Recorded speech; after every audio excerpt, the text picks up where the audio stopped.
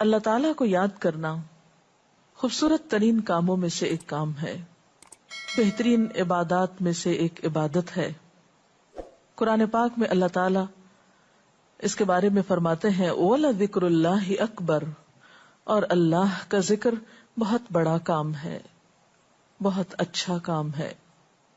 حقیقت یہ ہے کہ انسان جس چیز سے محبت کرتا ہے اس کو ضرور یاد کرتا ہے، اس کا ذکر کرتا ہے، دل ہی دل میں بھی اور زبان سے بھی، کیونکہ جس چیز کی محبت انسان کے دل میں ہوتی ہے وہ چیز زبان پر آ کر رہتی ہے۔ یہ ہو نہیں سکتا کہ ہم اللہ تعالیٰ سے محبت کرتے ہوں، دل میں اس کو یاد کرتے ہوں، پھر زبان سے اس کا ذکر کرنا بھول جائیں۔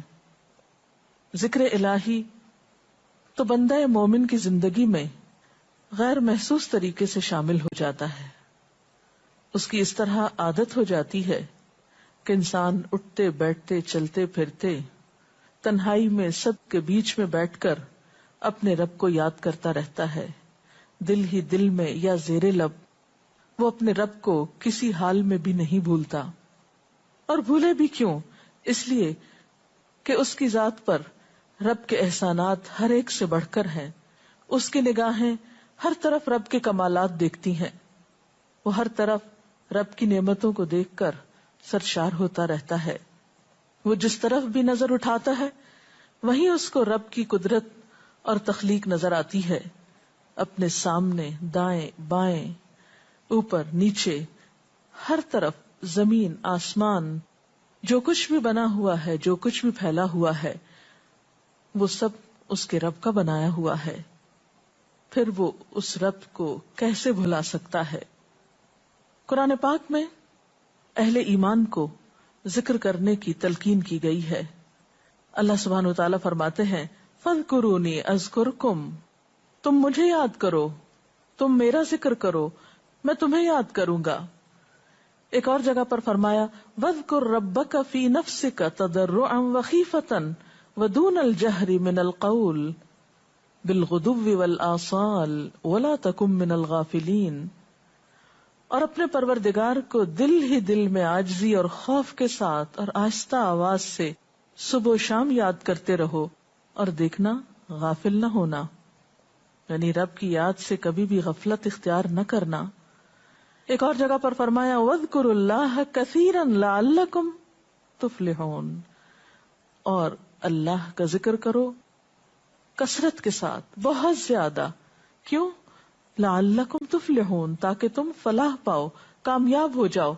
اس سے پتہ چلتا ہے کہ اللہ تعالیٰ کو یاد کرنا کامیابی کی علامت ہے، اللہ کے ذکر میں کامیابی کی ضمانت ہے۔ مومن مردوں اور عورتوں کی صفت قرآن پاک میں یہی بیان کی گئی ہے کہ وہ بہت زیادہ اللہ کا ذکر کرنے والے ہوتے ہیں۔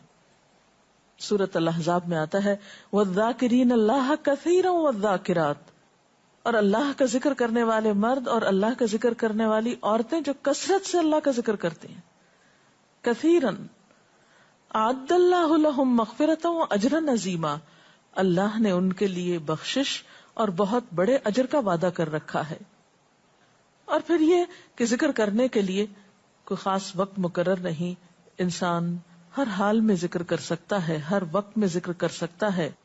نبی صلی اللہ علیہ وسلم کے بارے میں آتا ہے کان یذکر اللہ فی کل احیانہ، آپ ہر وقت میں، یعنی ہر قسم کے وقت میں، دن میں یا رات میں، صبح میں یا شام میں اللہ کا ذکر کیا کرتے تھے۔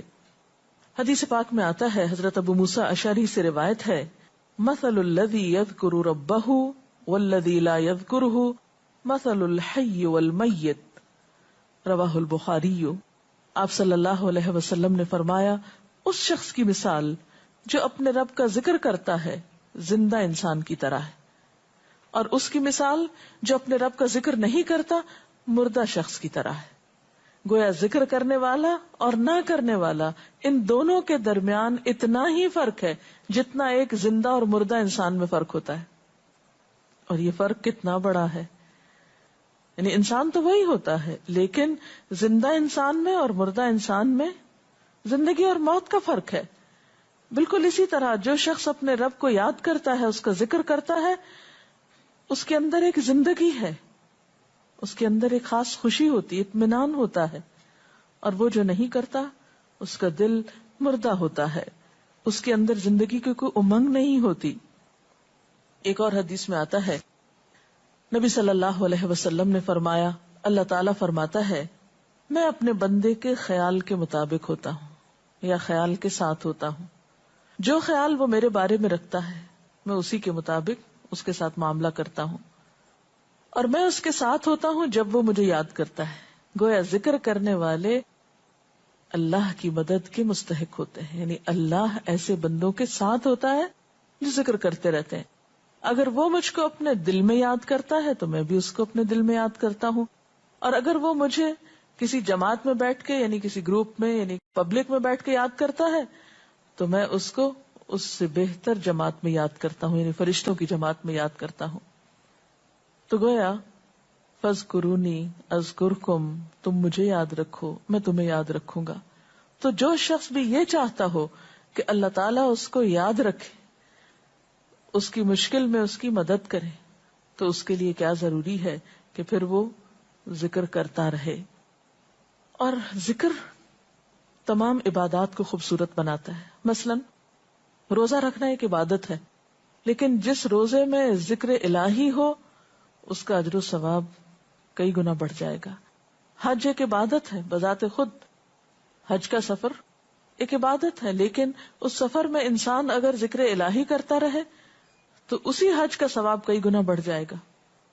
اور نماز تو سراسر ہے ہی اللہ کی یاد کا نام. اقم الصلاۃ لذکری، نماز قائم کرو میری یاد کے لیے.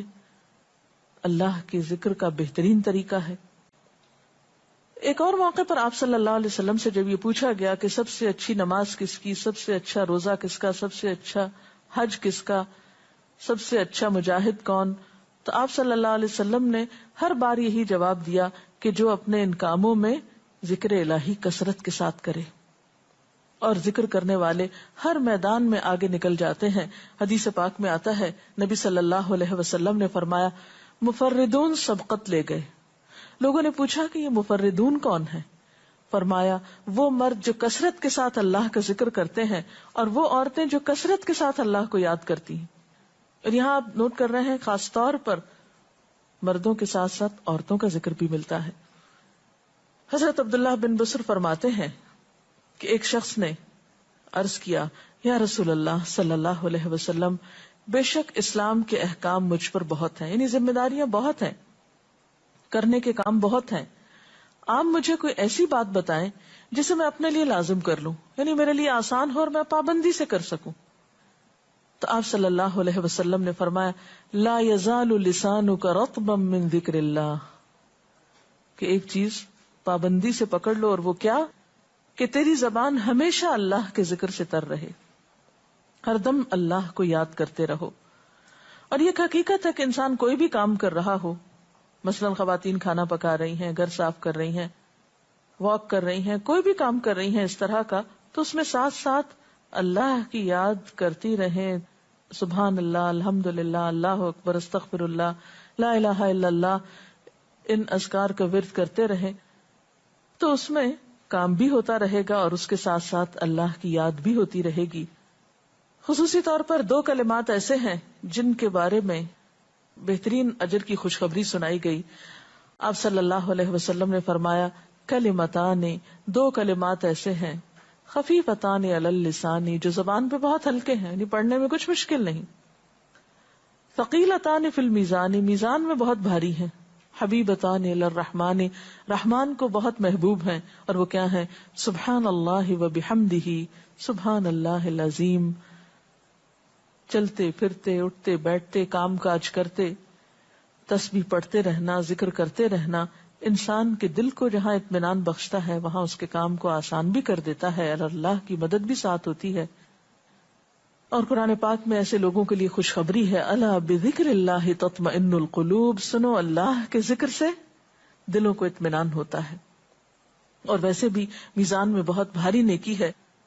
ایک حدیث میں آتا ہے کہ رسول اللہ صلی اللہ علیہ وسلم نے لوگوں سے پوچھا کیا میں تمہیں نہ بتاؤں کہ تمہارے اعمال میں سب سے اچھا عمل، سب سے پاکیزہ اور تمہارے درجات کو سب سے زیادہ بڑھانے والا، اور جو تمہارے لیے سونے چاندی کے خرچ کرنے سے زیادہ بہتر ہو، اور اس سے بھی بہتر ہو کہ تم اپنے دشمنوں سے ملو، ان کی گردنیں تم مارو اور وہ تمہاری گردنیں مارے، تو کیا ایسا عمل نہ تمہیں بتاؤں؟